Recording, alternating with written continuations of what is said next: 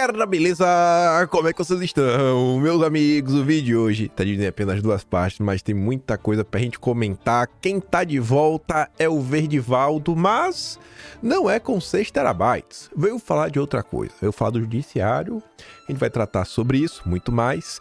Mas eu quero começar o vídeo, inclusive falando sobre os compatriotas do Verdivaldo, porque o Biden resolveu entregar uma medalha. A medalha mais importante de todas que existe aí para entregar a civis. Quero mostrar para vocês uma figura em específico e também a lista de quem recebeu. Aí sim vamos vir pro Brasil, falar do seu Lula, mostrar aquelas contradições quando Miriam Leitão fala uma coisa e a realidade mostra outra. Fala mais algumas coisinhas do desgoverno, como anda, aí sim a gente começa a falar do Verdivaldo, outras pautas aí ligadas ao poder mais poderoso de todos. E depois vamos falar da direita. Hoje a gente vai falar da Lava Toga, hoje não tem como. Coloquei na primeira parte da segunda parte, aí falar mais algumas coisas, as movimentações político-eleitoreiras que rolaram aí ao longo do dia. Acho que a gente fala também uma coisinha do Enes, que eu achei curiosa. Algumas movimentações que tem relação, acho que a direita no Brasil, a direita nos Estados Unidos. Algumas coisas aí do Trump, do Biden, enfim, isso e muito mais, vamos, que é pra ver se hoje dá tempo de comentar sobre tudo. E vejam só, aqui é o vídeo postado,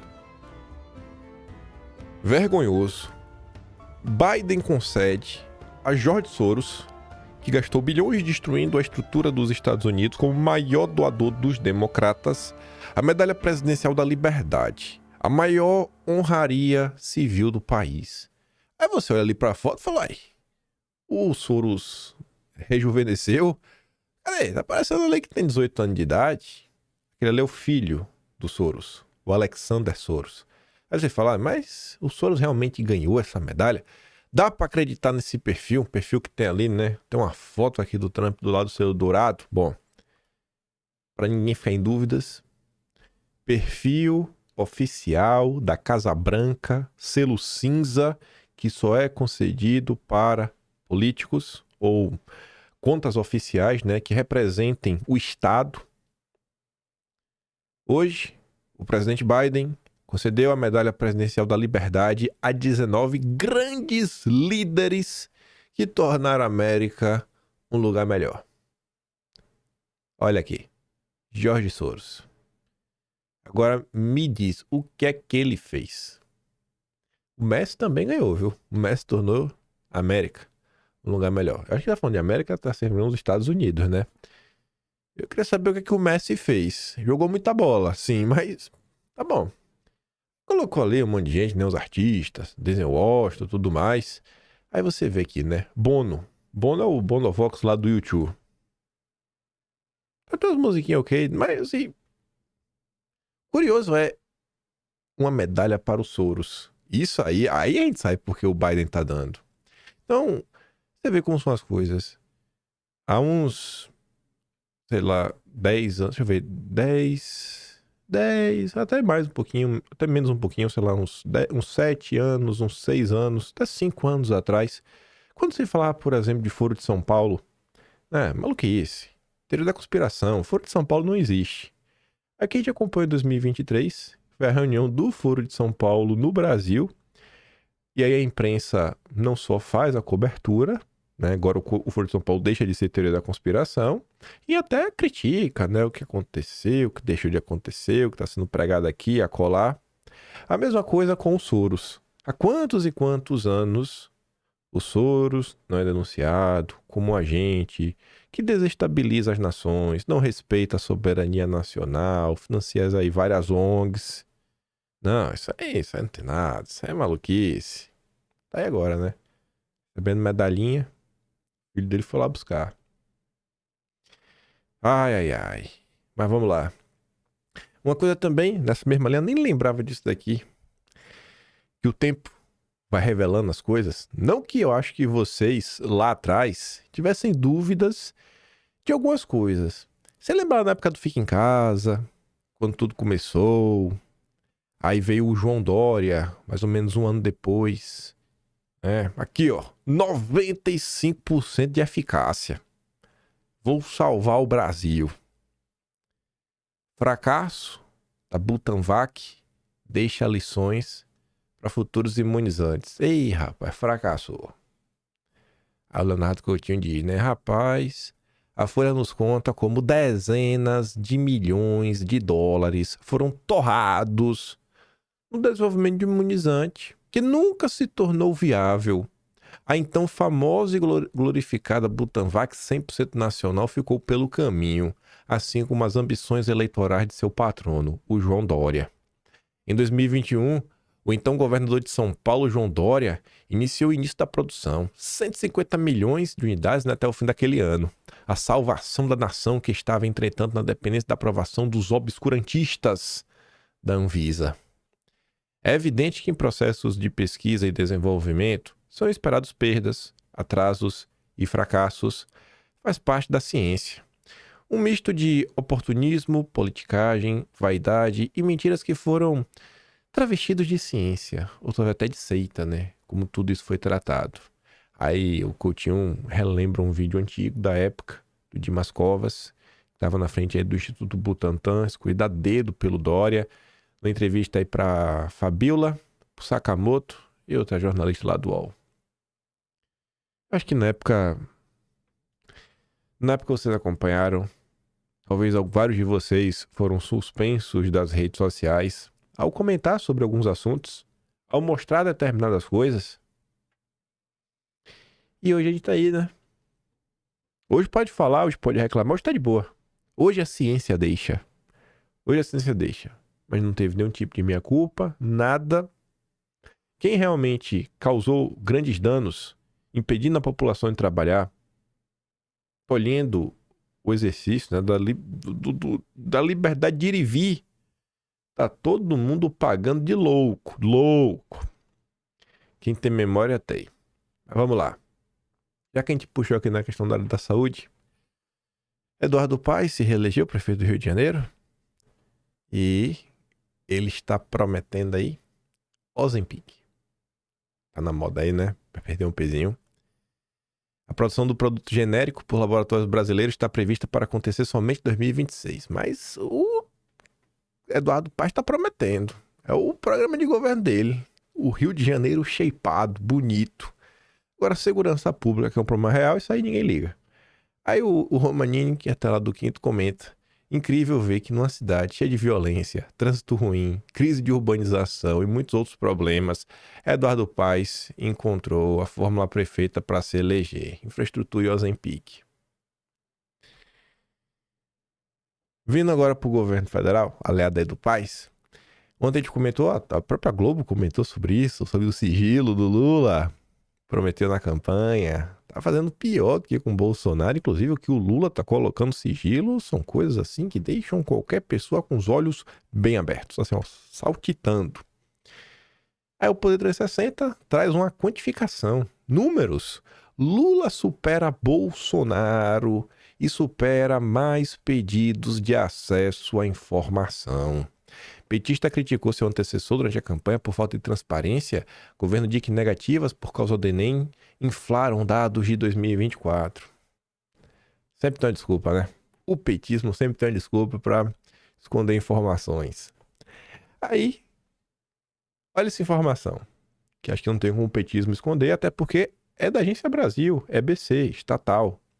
Aumenta em 25% o número de pessoas em situação de rua no país. É uma coisa que eu acho que deve tocar o coração de todos vocês que têm um resquício de humanidade. Aí olha isso daqui. Estrangeiros retiram 24,2 bilhões da B3. Pior desempenho em 9 anos. Essa é a terceira vez que investidores estrangeiros deixam a Bolsa Brasileira. Então, a gente tem uma notícia que, sei lá, deve ser levado em consideração aí por quem se preocupa com os mais pobres. E a turma que às vezes não liga pro mais pobre, mas liga pro dinheiro, os nossos liberais, você vê que também tá notícia para deixar eles de cabelo em pé. Então, tanto pro pobre quanto pro rico, parece que o Brasil está patinando. E quando o Brasil patina, aí você tem que fazer igual a comandante, acho que é o comandante, né? Comandante Gordon, lá do Batman. Você tem que ligar aquela lâmpada gigantesca para projetar o símbolo do Batman nos céus, que é pro Bruce Wayne vir dar conta aí da criminalidade. Então, ligar a luz, salvem o Lula, salvem o Lula. Aí quem aparece? Miriam Leitão. Avaliação do empresariado sobre o momento atual é o melhor desde 2013. Dólar acima de 6,20. Inflação acima da meta. Aumento da população de rua. Caos na segurança pública. Caos na saúde. Caos na infraestrutura com ponte caindo. O momento é o melhor de todos. Diz o Globo. Miriam Leitão. Avaliação do empresariado sobre o momento atual é o melhor de 2013. Aí eu falei, rapaz, né? Se a Miriam Leitão tá falando, só falta ela combinar com os coleguinhas, como por exemplo, Rubens Menin, dono da CNN. E aí? Brasil está entrando em ciclo perverso, diz o empresário Rubens Menin. Ué, mas como assim? Segundo a Globo, a gente tá no melhor momento desde 2013? É fake news. Quem que tá mentindo? O Rubens Menin ou a Globo? Eu acho que é o Menin. A Globo não mente. O empresário defendeu que todos os atores econômicos se unam em torno de uma agenda econômica comum e cobrou sacrifícios para impedir que os preços ao consumidor final saiam do controle e os juros subam mais ainda. Falou em sacrifício, eu sinto lhe informar, mas eu acho que o pobre e a classe média deveriam esconder o dinheiro, porque normalmente sacrifício significa vai para cima do pobre da classe média. E curioso, agora aparece, o cara tem uma TV, Rubens Menin. A TV do Rubens Menin passa o tempo todo pregando perseguição contra um lado político. Perseguição, perseguição, perseguição, perseguição, perseguição, perseguição, perseguição. Tem cada vida assim sensacional. Aí agora a gente chega, o país começa a derrapar. Rubens Menin está muito preocupado, porque ele também é dono da MRV. Ao longo da matéria ele até fala, né, do Minha Casa Minha Vida, que depende do governo estar bem. Minha Casa Minha Vida e bem também. Aí ele tá preocupado com a questão dos juros, porque os juros impactam o mercado imobiliário. Então, parece que a galera só se preocupa quando a situação do Brasil atinge o bolso deles. Por que o Rubens Menin não aparece para falar em torno da união, por uma pacificação do país, para tentar sanar algumas injustiças, pessoas que estão sofrendo, pessoas que estão presas sem razão, por julgamentos injustos? Onde é que está o Rubens Menin nesse momento? Aí uma pergunta que eu fiz questão de destacar, porque a cara do Brasil, a cara do empresariado brasileiro, né? Dos donos do PIB. É porque assim, se você é empresário, tá me assistindo, você não é empresário. Você é um qualquer. Você não é levado em consideração. Ah, mas eu tenho 20 funcionários. Não, não importa. Você já participou alguma vez de algum evento do Grupo Esfera? Você alguma vez já participou de um evento do LEAD? Você já foi convidado para algum evento internacional fora do Brasil para discutir o Brasil? Então você não é empresário, cara. Você é um qualquer. Eles vão passar por cima de você sem dó nem piedade. Você está no conselhão do Lula, então você não é empresário, você não é nada. Você tem que ser um cara, sabe, importante. Você tem que ser um campeão nacional. Se você não é um campeão nacional, você não tem relevância nesse país. O que você fala, ninguém liga. Ninguém liga, mas ninguém liga mesmo. Você tem que ser um dos representantes do PIB brasileiro. Aí vai lá perguntar. Falando agora em outro negócio, né, do senhor, o Atlético Mineiro, clube de futebol, as bets são importantes fontes de receita do futebol hoje em dia e agora estão passando por uma regulamentação. Como você enxergar isso? Bet é um problema, tá destruindo o Brasil, pessoas ficando endividadas. O Rubens Menin até concorda com isso, como ele diz, ó, eu me preocupo muito com essas notícias de pessoas de enorme poder aquisitivo que estão se endividando com as bets ou outras que pegam benefícios sociais para gastar com apostas. Não precisamos disso para manter o funcionamento das bets. Alguma regulamentação deve ser feita porque, infelizmente, tem uma parcela grande da população que está sendo muito prejudicada, sofrendo com o vício do jogo. Mas eu não sou favorável a acabar com as bets. É direito da sociedade querer jogar. Mas tem que ser só as bets saudáveis. É possível fazer isso? Elas são fundamentais para o futebol. Tradução, para o negócio dele. pro negócio dele, né? Atlético Mineiro, futebol, então ele precisa da bet. Aí eu pergunto pra vocês, ó, uma coisa é você querer diferenciar a bet do jogo do Tigrinho, porque realmente são coisas diferentes. Mas bet é tudo igual. Bet é um site de aposta. Qual a diferença, gente, de uma bet saudável para uma não saudável? A bet saudável patrocina o time do Rubens Menin, é isso? A bet saudável, não sei, as cores do site, a paleta de cores é o quê? Meio vermelho? Não usa o verde e amarelo? O que é que faz uma bet saudável? Qual é o processo? Porque o cara tá ali só apostando. Qual a diferença? O que é que seria uma bet saudável de uma bet que não é saudável? A não ser que ele tenha que classificar que as bets não saudáveis, aquelas que no site também tem jogo do Tigrinho, tem isso, tem aquilo, tem cassino, tem mil uma coisas. Esse é o Brasil. Esse é o retrato do Brasil. Na mesma notícia que ele tá preocupado com a economia, ele tá preocupado com a economia do bolso dele. Aí, a Miletão, não estamos no melhor momento. Brasil voando desde 2013, nunca estivemos nesse mesmo patamar. Aí vem a Helena Landau. Aí eu pergunto, quem que tá mentindo? Helena Landau ou Miriam Leitão? A conta não tá fechando. Brasil vive crise de credibilidade e é Lula que precisa mudar essa percepção, diz Helena Landau. Lembrando que ela votou no Lula, fez campanha para o Lula, estava lá na equipe da Simone Tebet, né? Na campanha da Simone Tebet, até o... Tava mergulhado até a cabeça. Aí, trouxe essa pergunta aqui e essa outra, que é a que está em destaque no subtítulo. Economista afirma que não esperava uma deterioração tão rápida dos indicadores e que não dá mais para falar de pequenos ajustes. Precisa dar um cavalo de pau. Meu Deus, eu não esperava que fosse piorar tão rápido. Nem ia falar disso. Aí pergunta para ela: ô, Helena Landau, a senhora está dizendo que a política estruturada pela equipe econômica não deu certo? Você está falando que o que a Haddad fez não deu certo, que a Simone Tebet fez não deu certo? Não, olha só.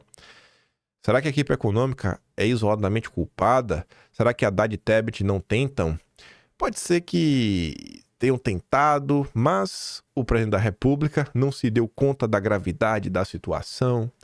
No meio da discussão do fiscal, dá aumento ao funcionalismo, assina decretos liberando a empresa estatal para fazer a sua gestão de investimentos, estatais que já deveriam ter acabado. Então, ele não abre mão de uma filosofia errada. Então, não é que o Haddad e a Tebet erraram, o que errou foi o Lula. Agora ela está chateada com o Lula.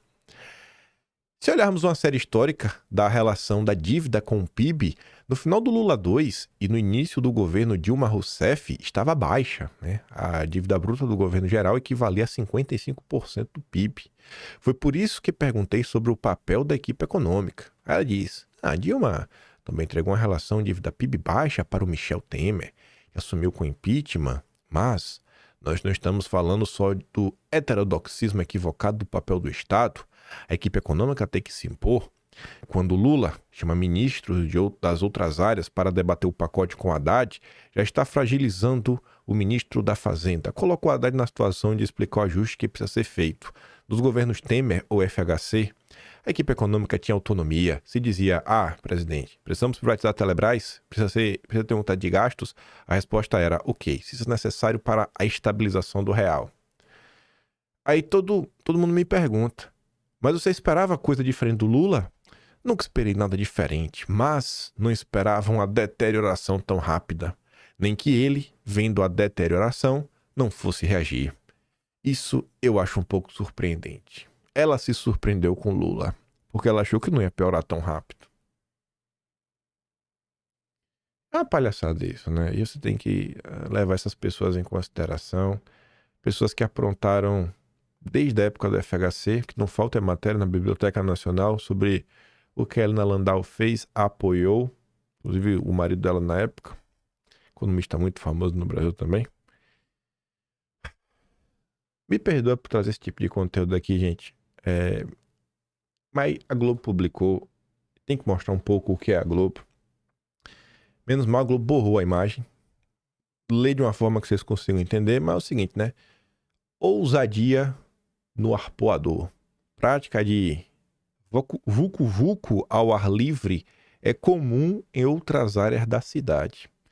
Pulou um vídeo aí na internet da galera fazendo umas coisas assim, meia nossa senhora. Em área pública. Dá porrada de um monte de gente. E a Globo, não, isso é normal, normal. e outras da cidade do Rio de Janeiro. Nossa, normal demais. Aí a Nive vai acalmar, comenta, né? É comum, viu, gente? Na próxima, o Globo vai noticiar. O nheco-nheco ao ar livre, né? Pratique. Já vai ser incentivando. Esse é o braço de comunicação extraoficial do governo, né? Que acho que ajuda mais o Lula do que o braço de comunicação oficial do governo. Essas são as pessoas que colocaram o Lula no poder. A Globo precisa fechar pro bem do Brasil. Quando eu tava passando no Twitter, vi esse comentário aqui, né, da Tsuki. Achei bem curioso. Ela colocou ali uma imagem, dá pra ler, onde tem um perfil chamado Marking, que a Tsuki primeiro coloca o que ele falou em 2023, no dia 2 de janeiro. O Lula tinha acabado de assumir. E uma postagem do dia de ontem, que não só tem a postagem dele, como a hater do Elf respondendo a ele.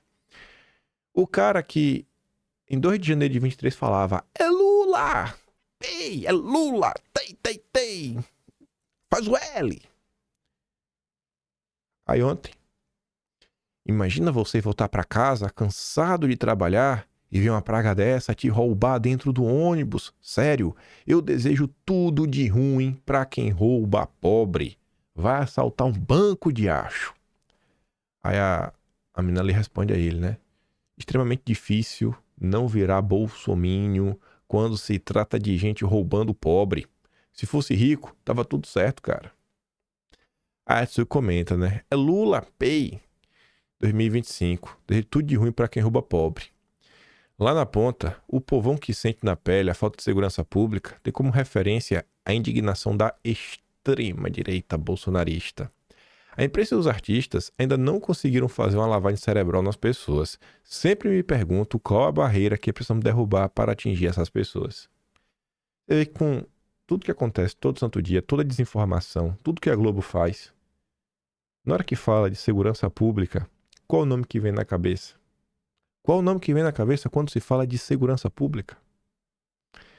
Isso é uma conquista, né, da direita, ao longo dos anos, para conseguir moldar essa mentalidade nas pessoas, né? Essa relação.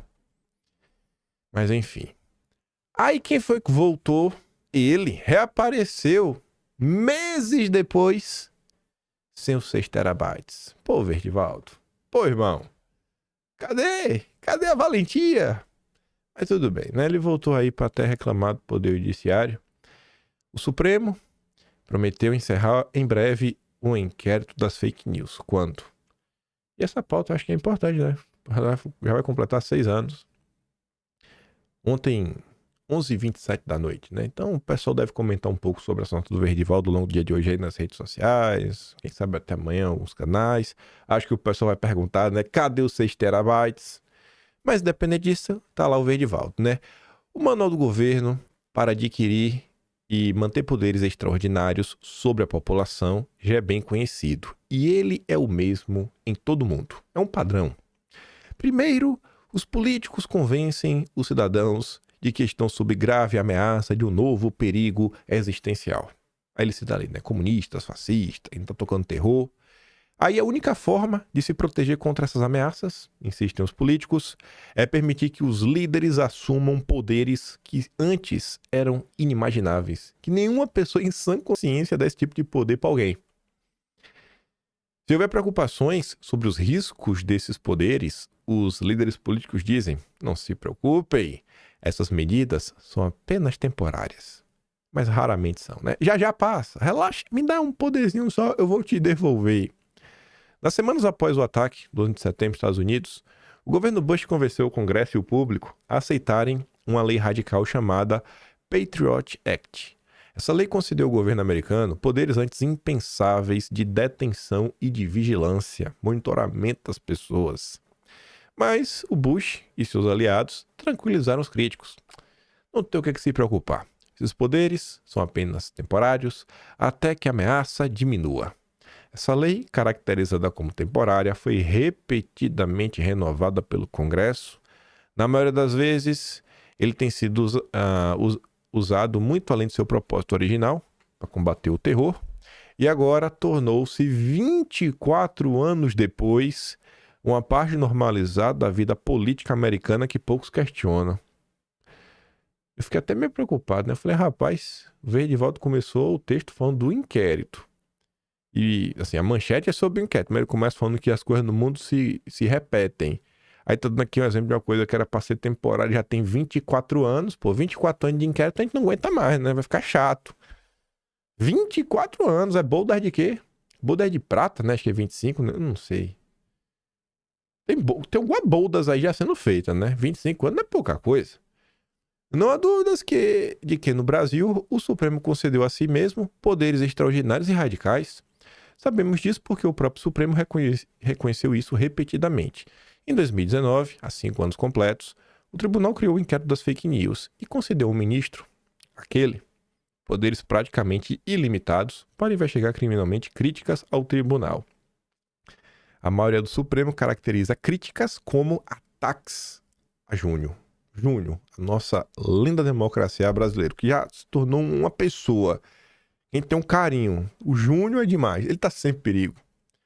Durante as eleições presidenciais de 2022, o ministro tornou-se o supervisor singular do discurso político online, ultrapassando os poderes de qualquer autoridade no mundo democrático. Na época, a ministra do Supremo, Carmen Lúcia, reconheceu que a aprovação desses poderes era uma medida extremamente grave, acrescentando que era necessário devido à situação excepcionalíssima das eleições. Só que ela garantiu que os poderes do ministro seriam temporários. Ia passar. E seriam válidos apenas até o dia 31 de outubro, expirando automaticamente e exatamente um dia subsequente ao do segundo turno. A gente conhece essa história, os poderes nunca desapareceram, né? Ele tá ali. Mas o ministro simplesmente continuou a usar esses poderes supostamente temporários muito após a data de expiração e de fato nunca parou de utilizá-los. Enquanto isso, o temporário inquérito das fake news está agora em seu 6º ano completo, sem fim à vista. Tudo isso levou o New York Times a entrevistar o presidente do Supremo, o ministro Luiz Roberto Barroso, em outubro, e o jornal perguntou: ministro, já se passaram 2 anos desde a eleição e o tribunal manteve seus poderes ampliados. Vários altos funcionários do governo me disseram que estão preocupados porque essas investigações ainda não terminaram. Quando isso vai acabar, ministro? Aí o ministro respondeu: acho que em breve. Quase tudo que precisava ser investigado já foi investigado. Não é razoável imaginar que até o final deste ano, o início do próximo ano, isso possa ser encerrado. O presidente assumiu compromissos semelhantes em entrevista a este jornal em agosto. O fim do ano chegou e passou. Estamos agora no início de 2025. Eu acho que o início, no máximo, vai até dia 30 de junho. Porque acho que 1º de julho já passou da metade do ano. Então, se passou da metade, não pode ser mais considerado início. Então, talvez estejamos nos últimos 6 meses. Espero eu, né? Se não for ficar 24 anos de inquérito. Enfim, alguém acredita que o Supremo está sequer considerando, muito menos planejando, finalmente renunciar a esses poderes radicais nas mãos do ministro? Pelo contrário, essa perspectiva parece cada vez mais improvável. Nossa, vou começar a soluçar. Dado que, como sempre, ocorre com os poderes temporários a novos supostos perigos. Todo dia tem um perigo. O Júnior está sempre em perigo. Na forma de mais evidências de uma tentativa de golpe que insistirão, exigem que o Supremo mantenha esses poderes indefinidamente. Deixa eu beber água aqui da paz, que eu não quero ficar soluçando. Pelo contrário, essa perspectiva parece cada vez mais improvável, dado que, como sempre ocorre com os poderes temporários, há novos supostos perigos. Na forma de mais evidências de uma tentativa de golpe que insistirão, exigem que o Supremo mantenha esses poderes indefinidamente. As pessoas podem, e de fato fazem, debater se o Supremo deveria ter se permitido conceder esses poderes de censura e autoridade investigativa radical. Independente da opinião de cada um, até o próprio presidente do tribunal reconhece que esse esquema deve chegar ao fim em breve. Isso acontecerá? E se sim, quando? Então o Glenn coloca um problema, mas na verdade está naquela cutucada. Eu acho que o Glenn está colocando na roda de discussão do debate público o fim do inquérito. E aí, vai acabar ou não vai? Vai acabar ou não vai? Vamos ver como é que vai ser o desenrolar disso. Esse texto veio a calhar. Vocês vão entender por que esse texto veio a calhar. E não é só porque a notícia em sequência é outra notícia da Folha de São Paulo, que diz que o Tribunal Superior Eleitoral sedimenta atuação contra a desinformação sem ampliar transparência. O tribunal cria estrutura contra fake news, mas divulga dados de modo genérico. Corte fala em divulgação detalhada.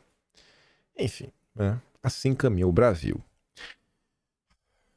E, calma lá, só um tiquinho mais.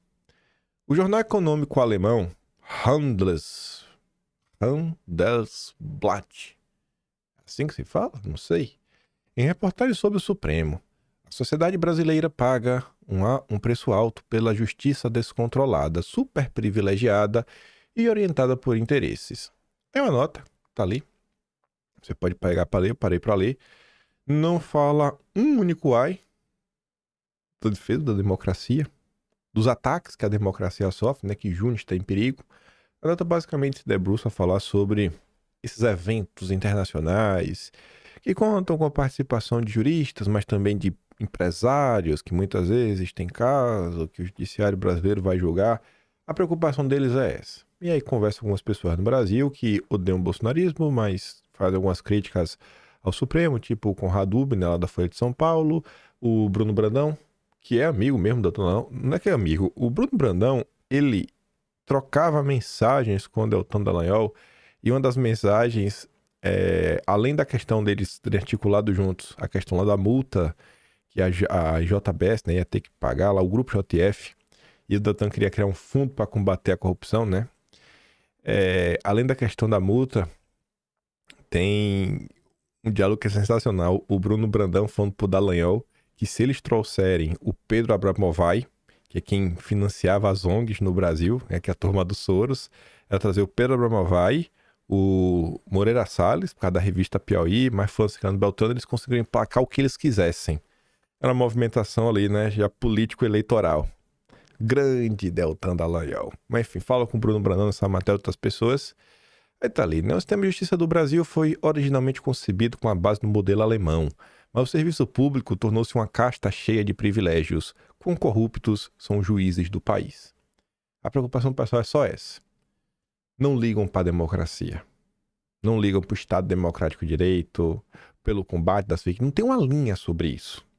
Então você vê que é aquela pauta que só quem se preocupa é essa turma aí da direita. Né? Esse povo aí no Brasil, esses direitosos aí que estão muito preocupados com liberdade de expressão. Aí, gente, eu não entendi porque essa nota foi interessante. Eu sempre digo, né? Se não der pra comentar um dia, eu não me estresso. Porque às vezes o timing não era pra falar aquele dia. E tinha tempo que eu tava tentando falar da Lava Toga. Eu acho que quando você olha e pergunta pra qualquer pessoa de direita, né? Quando você olha o debate público nas redes sociais, quando você vê o que a maior parte das pessoas da direita anda falando, eu acho que já tem um bom tempo que a turma tá insatisfeita com o andamento de algumas coisas.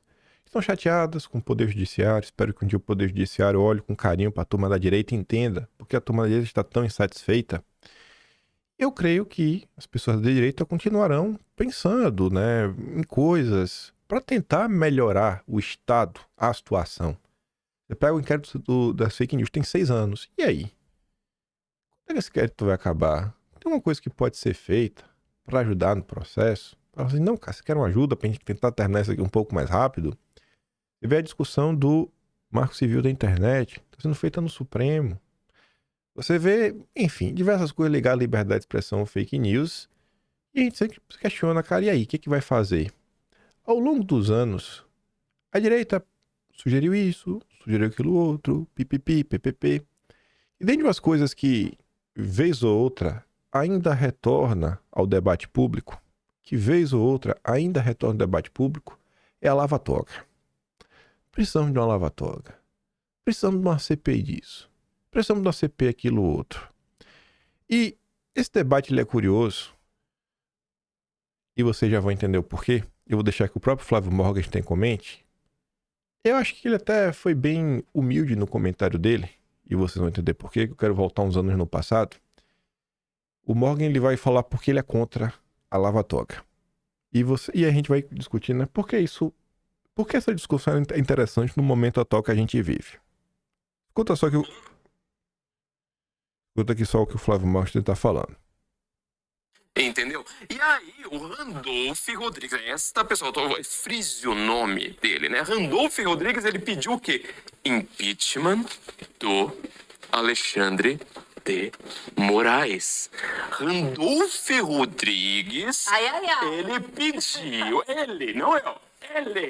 O Randolph pediu o impeachment do ministro Alexandre de Moraes, tá? Queria ser o chefão da CPI da Lava Toga. Por isso que eu sempre fui contra a Lava Toga. As pessoas até hoje ficam, nossa, mas como, né? Se era justamente a nossa esperança. Esperança nas mãos do Randolph, pelo amor de Deus. Eu sou mais contra a Lava Toga hoje do que naquela época, tá? Porque ele queria ser o redator daquele negócio. Entendeu? O que aconteceu com o Randolph logo depois? Na hora que apareceram lá, que o Alexandre começou a ir pra cima do Bolsonaro e perceberam, olha, ou o Alexandre faz alguma coisa, ou o Bolsonaro vai ganhar essas eleições e provavelmente vai ganhar bonito do Lula. Aí ele começa, né? Sabe, a minha ação direta de inconstitucionalidade, ele deu uma entrevista para um podcast falando isso, está em boas mãos porque está nas mãos do Alexandre. Opa. Então, o Morgan aí tá comentando, foi agora, dia 2, né? Que ele dá conta, cara, o Randolph aí, CPI da Lava Toga. Ele fala assim de um jeito que talvez as pessoas comuns não consigam entender o que ele tá comentando. Fica assim, não tô entendendo muito bem, não. Randolph preso na Lava Toga. E o que tá acontecendo? Não tô entendendo nada. Não estou entendendo nada, mas vamos relembrar. Vejam só. Nesse comentário aqui, né, nesse vídeo postado pelo Ale, um dos comentários que... Deixa eu ver o negócio aqui só. Um dos comentários falados nesse vídeo do Ale é esse aqui do Brown. O Ale é um cara que tem memória política. Tem memória política mesmo. O Ale já trabalhou dentro da política. Tá aí na direita, quando tudo era mato mesmo, né? Conheceu o Bolsonaro, conheceu o Eduardo. Na época aí que ninguém era badalado nem nada. Então viveu muita coisa. E um dos comentários que ele recebeu, e eu acompanho esse cara vez ou outro Brown, percebo também que ele lembra de muita coisa. Ele postou ali, ó. Daqui deve ser de 2019. Como se a favor de algo com esse trio ternura apoiando? Lava Toga. Você vê, ó. Quem que tá ali na imagem? Contarato, que atualmente está no PT. Até apareceu na imprensa esses dias. Gostei, isso é importante. Mostrando que ele se preocupa com a sua saúde, dando exemplo para a população. A notícia era, né? Carro do Senado é visto estacionado em academia. Tradução, o Contarato estava lá, malhando, treinando, cuidando da sua própria saúde. Aí os fascistas ficam, ele está usando o veículo oficial para ir treinar. Um bando de fascista que não quer que o Contarato cuide da própria saúde, né? Quem não apoia que o petista use o carro oficial para ir para academia, tudo fascista. Randolfão, o melhor de todos. Quem não gosta do Randolph, faz o Harry Potter. Inofensivo e... Rapaz, chamar de amiga é até pouco, né? O senhor Flávio Arnes. Quem é do Paraná deve saber, inclusive, como foi, né? A aproximação entre o Flávio Arnes e a Rosângela Moro. Tem uma história entre eles, uma história linda. Linda. Mas linda. A gente já contou muitas histórias no passado.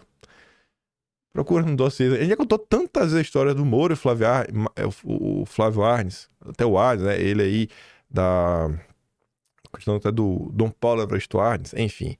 Aí o Randolph Rodrigues comenta: é com grande orgulho, como líder no Senado Federal, que comunico a vocês que toda a bancada da Rede Sustentabilidade assinou o requerimento pela criação da CPI da Lava Toga. Para nós, o judiciário não está imune ao império da lei. O judiciário. Ele não está falando de uma corte específica, ele está falando do judiciário. Aí eu pergunto para vocês: tu acha que uma CPI que contava com o apoio do Randolph, do Contarato, do Flávio Arnes, iria entregar o resultado que as pessoas esperam? Aí, vamos voltar um pouquinho ao passado. Uma coisa eu falar pra vocês, né? Falar assim, gente, eu vivi e aconteceu isso. Aí muita gente fala, mas quem garante que você não está mentindo? E eu acho que esse tipo de jornalismo, onde você mostra para as pessoas e fala, cara, se você pessoa, você cidadão comum, você pode chegar com seus próprios olhos, ver que isso aqui não é uma montagem, porque se você pegar esses textos e colocar na busca, ainda coloca como procurar, ó. Bota entre aspas Lava Toga, entre aspas Evandro, você vai encontrar esses tweets. Assim também como as matérias que a gente traz, você pode ir lá e checar na internet. Então fica difícil acusar alguém de fake news. Enfim, gente. Você vê que hoje a turma do MBL, a turma do Nando Moura, porque eles gostam de falar muito sobre isso, e algumas pessoas que aparecem, a direita intergaláctica também começa a trazer de volta esse papo. Não, a gente podia ter resolvido lá atrás. Mas essa direita aí, mas Bolsonaro sabotou a lava-toga, não sei o que luto, pipipi, ppp. Sendo que, qual foi o ponto? Né? O ponto de inflexão no apoio à lava-toga, quando miou. E todo mundo falou, ih, rapaz, tem algo errado aqui, viu? Algo errado não está certo. Isso aconteceu após um podcast do Flávio Morgenstern com o Evandro Pontes, que inclusive esse podcast acabou se tornando um debate que Nando Moura convidou o Fábio Rappi e o Evandro Pontes. O Evandro Pontes contra a lava-toga, Fábio Rappi a favor, Nando Moura. E aí, olha esses tweets que foram feitos na época. Agora que algumas pessoas estão mais calmas sobre a lava-toga, sugiro este excelente vídeo da Camila Ábido, podcast. Professor doutor Evandro Pontes, o Careca responde, a lava-toga vale a pena? Isso 28 de setembro de 2019. Aí a Marli, quem quer entender a armadilha que é a CPI da lava-toga tem que ouvir esse podcast. Professor doutor Evandro Pontes responde, lava-toga vale a pena? Aí tem outro. Esse podcast me preocupou e muito. Vale a pena ouvir e ter uma visão do todo. Mudei minha opinião sobre a lava-toga. O prazo pelo poder continua vivo e a todo vapor. Guten Morgen, episódio 86. O perigo da lava-toga, com Evandro Pontes. Motivo pelo qual a CP da lava-toga é um erro. A Diza. Pedir lava-toga é muita ingenuidade. Sugiro que ouça o podcast com Evandro Pontes no site Senso em Comum sobre isso. Você terá uma aula sobre o perigo dessa CPI que quer pegar é o Moro. O resumo final desse podcast era mais ou menos o seguinte. Deixa eu pegar aqui uma caneta. Vou botar aqui algumas letras e aí vocês vão acompanhando. Porque não dá para desenhar com o mouse, né? Você escreve aqui, ó. Pessoas. Deixa eu escrever tudo. Pessoas. As pessoas têm uma insatisfação. Vou colocar aqui a letra I. De insatisfação. Aí aparece alguém com uma, sei lá, ideia. A pessoa, assim, ó, aí a insatisfação vira não vou colocar aqui, deixa eu ver. Tem como apagar aqui? Deixa eu pegar a borracha. Deixa eu ver. Vou botar assim, ó, na lateral. Aí a pessoa que está insatisfeita, chega nessa pessoa insatisfeita uma ideia. A ideia que no caso era a CPI. Irmão, tu tá insatisfeito? Vamos fazer uma CPI. Pronto. A pessoa que está insatisfeita, ela não pensa sobre como é que funciona a CPI e os passos de uma CPI. A pessoa só pensa, é isso. Vamos fazer uma CPI. Porque na cabeça dela, a CPI vai nos levar à salvação. Vou botar aqui um sal. Mas como é que funciona a CPI? Como é o processo da CPI? Processo completo. Assinaturas, instauração da CPI e tudo mais. Aí você tem que pegar todo o contexto da época. 2019. Presidente do Senado, Alcolumbre. Uma minoria, assim, uma minoria avassaladora. Não tinha quase ninguém mesmo da direita. Quem era da direita que estava no Senado? Flávio Bolsonaro, Marco Rogério. Quem mais? Heinz, Jorge Melo. Os gatos pingados. Não dava 15 pessoas. Aí, uma CPI leva em questão a proporcionalidade. Vamos botar assim o P. Ou seja, aí você vai ter aqui, ó, a maioria, botar maioria, de maioria, e a minoria. A maioria da CPI seria composta por pessoas de esquerda, enquanto a minoria seria pessoas de direita. Nós acompanhamos a CPI do Fica em Casa, né? A CPI do circo do Omar Aziz. Teve algum requerimento da direita que foi aprovado? Algum requerimento? Até para pautar o requerimento era um caos. E não é pra nada não. Na época, o único requerimento da direita que realmente foi pautado, me perdoa, não é querendo assim ser orgulhoso puxar o peixe, foi o Carlos Gabas, quando nós encontramos o e-mail da secretaria da pandemia, da CPI, que era onde passava e chegava todos os documentos oficiais que a CPI pedia à prefeitura, estado e tudo mais, até pro governo, né, para tentar bater no governo.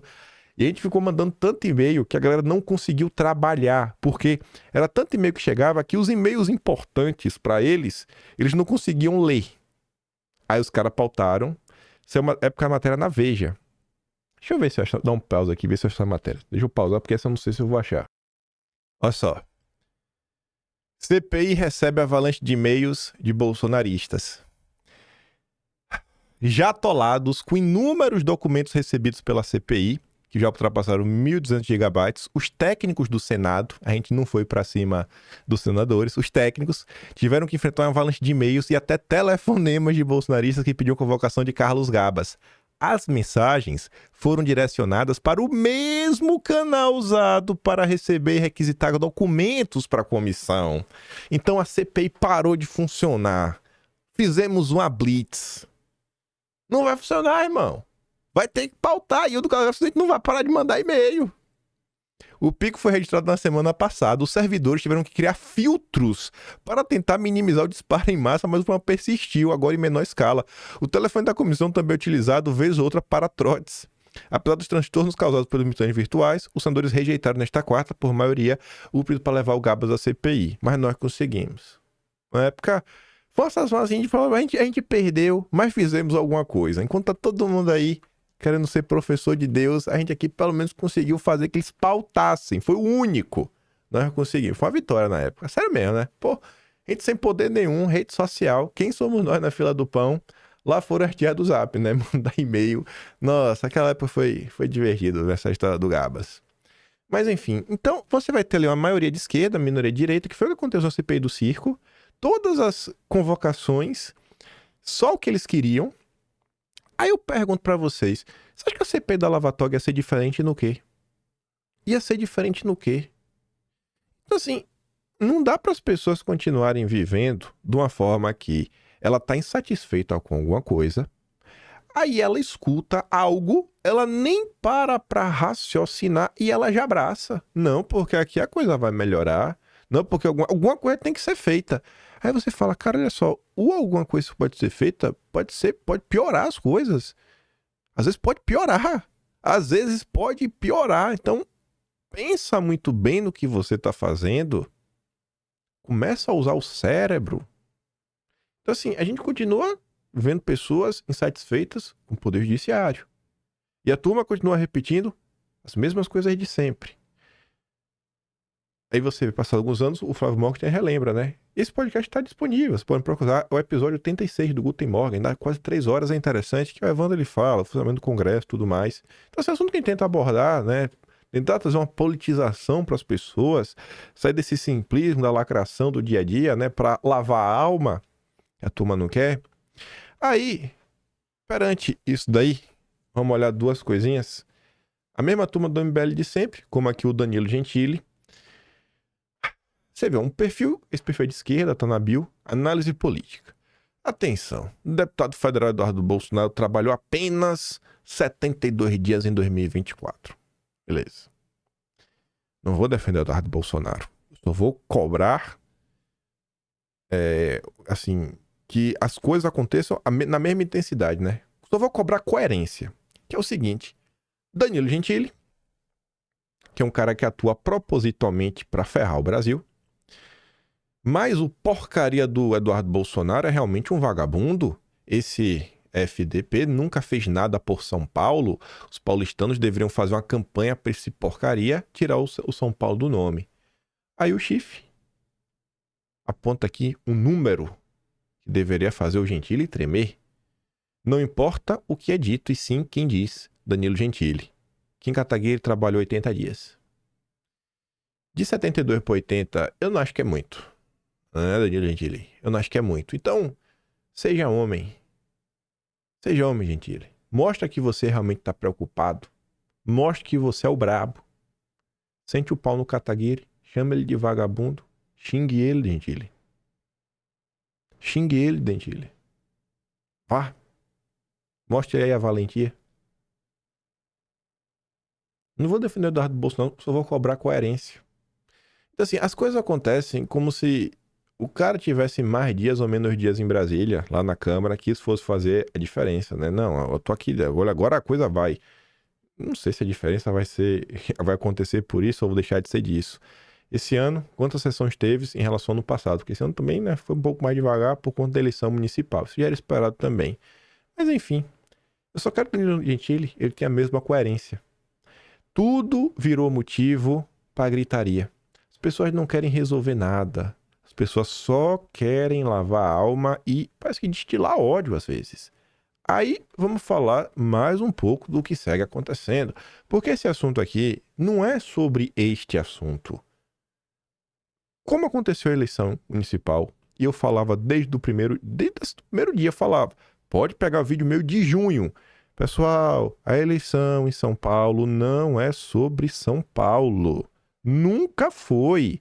Está sendo apenas utilizada para uma movimentação política e gerar desgaste pro lado do Bolsonaro. Essa questão do Gustavo Lima não é sobre o Gustavo Lima. Não é, nunca será. É só um caminho que encontraram para, mais uma vez, tentarem desgastar a imagem de Bolsonaro. É só isso. É só isso. Não tem outra coisa. Essa discussão é sobre quais os rumos que a direita vai tomar. É sobre isso. É sobre isso. Aí saiu ontem. Gustavo Lima diz que pretende se encontrar com Lula e Bolsonaro até o final de janeiro. Aí o Vinícius Carrion diz, falar com o Lula tá de sacanagem, né? Aí você fala, é fake news. É fake news? Tá bom. O Gustavo Lima falou isso em exclusividade para o Léo Dias. Ele falou. Pegou o telefone falou, eu vou me encontrar com o Lula. E já tem até data, dia 12. Que viagem, viu? Estava batendo um papo com o Léo Dias, ele afirmou com todas as letras que deseja ter um encontro pessoal com os dois líderes do PAN nos últimos anos. É isso mesmo, Lula e Bolsonaro. Pra saber aí, né? Entender os problemas do Brasil. Ele quer entender, porque pro Lula, o problema do Brasil são as fake news da direita, né? O fascismo, o bolsonarismo. Então o Gustavo Lima vai entender, né? Deve ser como dar cabo nisso daí. Que coisa de uma coisa dessa? Aí vem a turma intergaláctica, que adora inventar fake news dos outros. Não, ali a direita caçabista, eles apoiam o Colombo, eles fazem isso, eles passam pano, blá blá blá, se venderam pro Centrão, eles abandonaram os valores, as essências, e nós não nos dobramos. Nós temos valores incorruptíveis. A turma do valor incorruptível e da essência agora vai conversar com Lula. Rapaz, o movimento intergaláctico é a coisa mais burra que já apareceu no Brasil desde 2013. Porque o PT já existia antes disso, né? Então, mas de 2013 pra cá, de coisa que surgiu, nada supera o movimento intergaláctico. Ontem, depois dessa notícia, eu recebi um comentário no DM, um cara que eu converso, e a gente discorda normalmente assim, em tom amigável. Ele falou, essa aí, você está passando do ponto? Você apelou nessa? Eu falei, apelei por quê? Porque ele também vai se encontrar com o Bolsonaro. Eu falei, mas vem cá, ele vai ou não vai se encontrar com o Lula? Eu tô apelando porque eu destaquei que ele vai se encontrar com o Lula? Peraí, pô. Tá de brincadeira comigo? Vocês estão levando a sério? Porque o problema é esse. A galera tá levando a sério, tá levando. Não o Gustavo Lima, mas porque isso é mais uma vez uma oportunidade de gerar desgastes. Desgaste, na verdade, ele é, se você falar causa e consequência, a questão do desgaste, o objetivo final é o quê? Uma movimentação política. A gente quer chegar aqui, queremos chegar aqui, em algum lugar. Que eu acho que, beleza, cada um no seu quadrado. Aí eu fico pensando, né, vendo isso daí. Gustavo vai se encontrar com Lula. Ontem o Space Liberdade, que é o perfil oficial lá dos Intergalácticos no Twitter. Agora, senador Cleitinho diz que está orientando Gustavo Lima sobre candidatura para a presidência e que apoia qualquer um que não tenha visto políticos. Ô, Cleitinho, tá orientando mal, viu? O cara tá se encontrando com o Lula. E aí o Cleitinho diz, né? Por que Gustavo Lima não pode? Você não precisa ter experiência política, precisa ter vergonha na cara e humanidade. Não, Cleitinho, pra você ser presidente da República, você tem que ter experiência. A gente tem que ter um mínimo de respeito pelo cargo de presidente da República. Porque quem que vai guiar o Brasil? Eu te dou um exemplo, Cleitinho, de forma fácil. Veja só, o Senado, do qual você é parte, senador, e que eu não vi nenhum trabalho seu em torno disso daí, vou usar a favor do mercado de crédito de carbono. Uma pessoa sem experiência pode acabar votando nisso achando que está fazendo bem, achando que vai salvar o planeta, vai cuidar da floresta e tudo mais. Só que uma pessoa com experiência, uma pessoa com vivência, uma pessoa com conhecimento histórico da coisa, que consegue olhar para essa pauta, pelo menos aí numa distância de 60, 70 anos, conhece, né, a gênese dela, talvez até antes lá do malthusianismo para cá, mas você pega dos anos 60 para cá, que entende ali aquele movimentação começa, Clube de Roma, que é a base do SG, inclusive o próprio HSBC, né, um banco, colocou um relatório de 2023, diversas pessoas concordam isso, as bases da agenda SG nascem com os princípios do Clube de Roma, dos limites do crescimento, aí passa a Estocolmo 72, o relatório da Brundtland lá de 86, 89, a Rio 92, então todos esses processos que vão acontecendo até chegar. Então se você não tem experiência política, você toma 1-0. Porque no discurso tudo cabe. A esquerda é mestre em empacotar coisa ruim como se fosse coisa boa. Tem que ter experiência, tem que ter vivência, tem que ter estudo. Não é uma coisa que você aprende do dia para a noite. Ainda mais se você continuar levando uma carreira de artista profissional que demanda tempo. É tempo que se gasta. Você às vezes dorme no horário quebrado, é show, é isso, é cansativo. Às vezes é difícil você manter uma rotina de estudos. Então não fale isso, Cleitinho. Não fale isso. Tem uma frase bacana do Olavo de Carvalho que diz que conhecimento é a única coisa que quanto menos a pessoa tem, menos a pessoa sente falta. Porque ela não sabe de nada, então ela não sente falta do que ela não sabe. Aí depois saiu a nota, né? O Cleitinho até confirmou depois, a CNN disse lá, confirmou. Mas aqui quem confirmou está conversando com o Cleitinho é o Avalanche. Avalanche aí que tem umas histórias sensacionais sobre ele também, né? Lá do PRTB. Ave Maria, o Avalanche. Olha, PRTB que é Cleitinho para disputar o governo de Minas em 2026. E de boa também esse processo. Tá ali, né? A declaração feita pelo Leonardo Avalanche. Temos conversado muito com o senador Cleitinho. Pós abertas. O PRTB também sugeriu que Cleitinho poderia integrar uma chapa presidencial, seja como candidato a presidente ou a vice, ao lado de nomes como o empresário Pablo Marçal, que é filiado do partido até então, ou ao Gustavo Lima. Aí, guarda tudo aí na mente, você vai entender porque eu fiz questão de pontuar isso, e não é sendo chato. Ontem a Leopoldina escreveu: nossa, quando vocês vão aprender que não se trata de fanatismo? Simplesmente não existe uma direita no Brasil, isso é fato. Não temos um canal de TV, uma universidade, um partido. Gente, acorda. Só existe o Bolsonaro, não é fanatismo, é realidade. Estamos construindo a direita, mas vocês se agarram a qualquer um com discurso de direita. Só vê o Marçal. É uma carência insuportável. Ninguém analisa nada da pessoa. Ela falou, fez algo legal, pronto. Próximo presidente do Brasil, isso cansa. Foi igual na época da Mind, da Choquei. O Daniel Penin fez o vídeo. Não, o Daniel Penin, senador. Eu falei, minha nossa senhora, o cara fez um vídeo, já é agora senador. Edson que diz, rapaz, chega a ser irritante e desanimador. Se ao menos aqueles que abandonaram o Bolsonaro ainda em 2019 e outros que viveram no embalo tivessem construído algo sério para apresentar, mas nem isso. O que prova que nenhum deles está aí pro país. Só querem destruir Bolsonaro porque o papai não fez o que eles queriam. Olha isso daqui, aí a gente fala dessa nota. Aí fecha o pacote. O Alex comenta: já estamos em 2025 e ainda tem Marçaletes defendendo o charlatão como político. Agora vocês entendem como figuras públicas e midiáticas como Tiririca, Alexandre Frota, Igor Canário, Tamigrade e companhia conseguem ser eleitos? O Brasil é um circo, onde os palhaços são os que votam. O Guilherme Lima responde: temos um ex-ator de Malhação, também apoiado pelo bolsocaçabismo. Olha lá. Olha o Intergaláctico. Chegou o Intergaláctico. Aí o Alex comenta: Mário Frias ainda está aprendendo, como ele mesmo reconhece, Por isso, está como deputado. E sabe que ainda não tem capacidade para ser presidente. Nessa disputa de ator com formação, a um cantor do tchê tchê enrolado com a casa de apostas, eu votaria no ator. E olha só como são as coisas.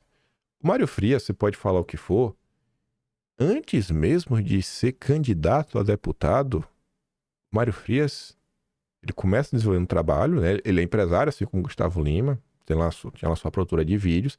Ele começa a trabalhar, entra na Secretaria de Cultura, ele começa a ter uma vivência política, fica mais de 2 anos no cargo como secretário de Cultura, que tem a ver com o emprego dele, a história de vida dele, a produtora que ele já tinha, para depois se lançar candidato a deputado. E sempre reconhecendo as suas limitações. Aí você quer igualar isso a uma pessoa que ainda teve um processo dentro da máquina e começa como deputado a um cantor sertanejo que chegou agora e já vai se lançar presidente. É o que eu falo, não existe nada tão burro criado no Brasil desde 2013 para cá como o movimento intergaláctico. Porque não é a crítica, é além disso, é a desonestidade como ferramenta em busca do poder. Aí vamos comparar isso em relação com essa nota.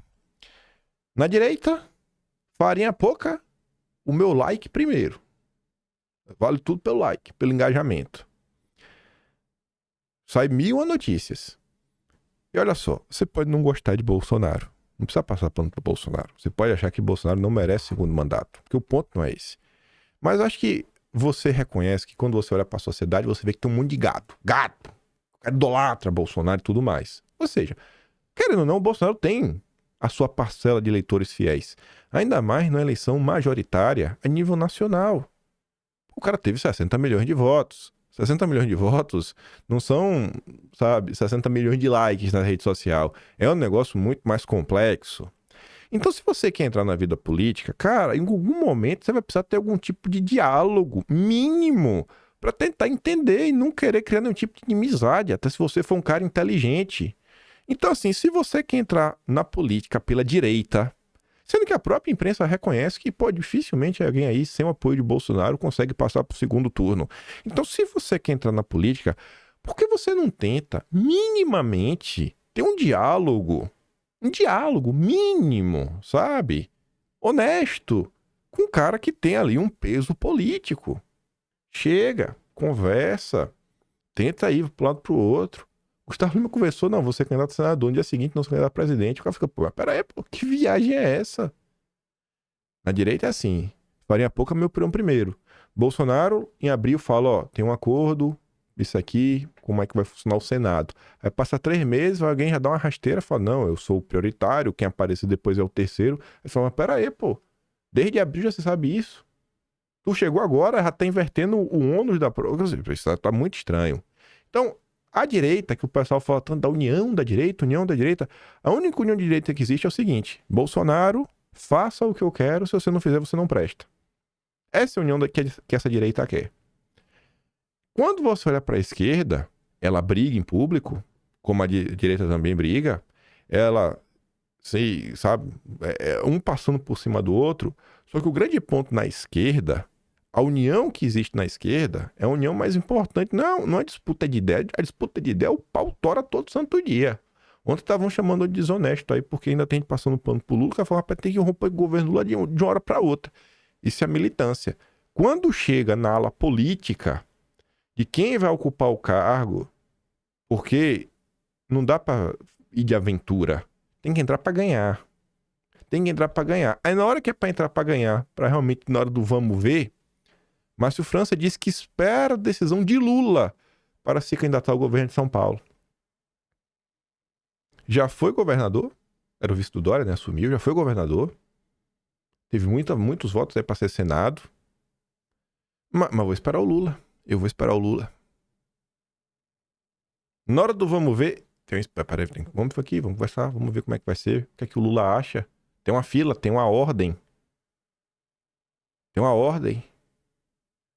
Então, assim, o que a direita prega de resolvam no privado e tudo mais, gente, isso na esquerda acontece quando se trata da questão política. No dia a dia, no debate público, o pau tora todo santo dia. A turma da direita não presta atenção nisso porque vive fechada na bolha da direita, só vendo o que a direita fala. Recentemente, Márcio França compartilhou o resultado de uma pesquisa do Instituto Badra, em que ele aparece à frente do Tarcísio. Acho estranho, é uma pesquisa que começa, mas tudo bem. E de outro nome da esquerda, Alexandre Padilha do PT, à frente do Márcio França, segundo o levantamento, apenas Pablo Marçal. Pronto. Márcio França está na frente do Tarcísio. E à frente do Márcio França, só Pablo Marçal. Pronto, Tarcísio está em terceiro lugar na pesquisa. O governo Lula ainda não começou a discutir quem vai ser o candidato ao Bandeirante em 2026. Além de França e Padilha, são citados o Haddad, o Boulos e o próprio Alckmin. Quer ver? É o momento, é o time das coisas, os acordos, como é que vai funcionar, como é que vai deixar de funcionar. Então aí, quando se fala em pregar, união da direita e tudo mais, é isso daqui, ó. Eu acho que isso tá faltando dentro da direita. Eu acho que é isso aqui que tá faltando. Mas, tenta falar isso daí. O errado acaba sendo você. Enfim. Deixa eu ver esse aqui. Aqui nem vai dar pra fazer nas noites, que aqui já tá com 1h05. Mas pega ali o que tá comentando, gente. Da Lava Jato, entender o processo, como se coloca a comissão, como se compõem as coisas. E você vê que esse mesmo problema do não entendimento do funcionamento de uma CPI é o mesmo problema do não entendimento da eleição da presidência da Câmara, da eleição da presidência do Senado. E aí a classe política, muitas vezes, ao invés de ir para a rede social, usar o engajamento que tem, para explicar para o povo como as regras funcionam e por que eles estão tomando determinadas decisões, eles jogam para a torcida. Não, aqui é aquela gritaria louca. Que andando e não sai do lugar, mas lacrou na rede social. Enfim, né? Não seja o emocionado que tá lavando a alma. Política é sério. É o destino do Brasil. É para onde nós iremos ir, onde iremos chegar. Não dá para ficar de aventura o tempo todo. Pelo bem da nação como um todo, né? Mas enfim. É o que eu achei que tinha para falar. Mas né, a gente comenta. É mais pano para manga pra gente comentar mais um pouco. Até sai dessa questão de Gustavo Lima. Para falar sobre outras questões. Olhando né, o embate, o debate público por outro ângulo. Por hora é isso. Eu fico por aqui. Se igual ao meu trabalhinho, quiser dar mais, passa no meu canal. Tem um Tony Valeu, tem um Patreon na descrição e tem um Atlas Brasileiro. Kimpai.com.br. E eu deixo aquele grande beijo, abraço, tamo juntos. Valeu, meus amigos. Fui!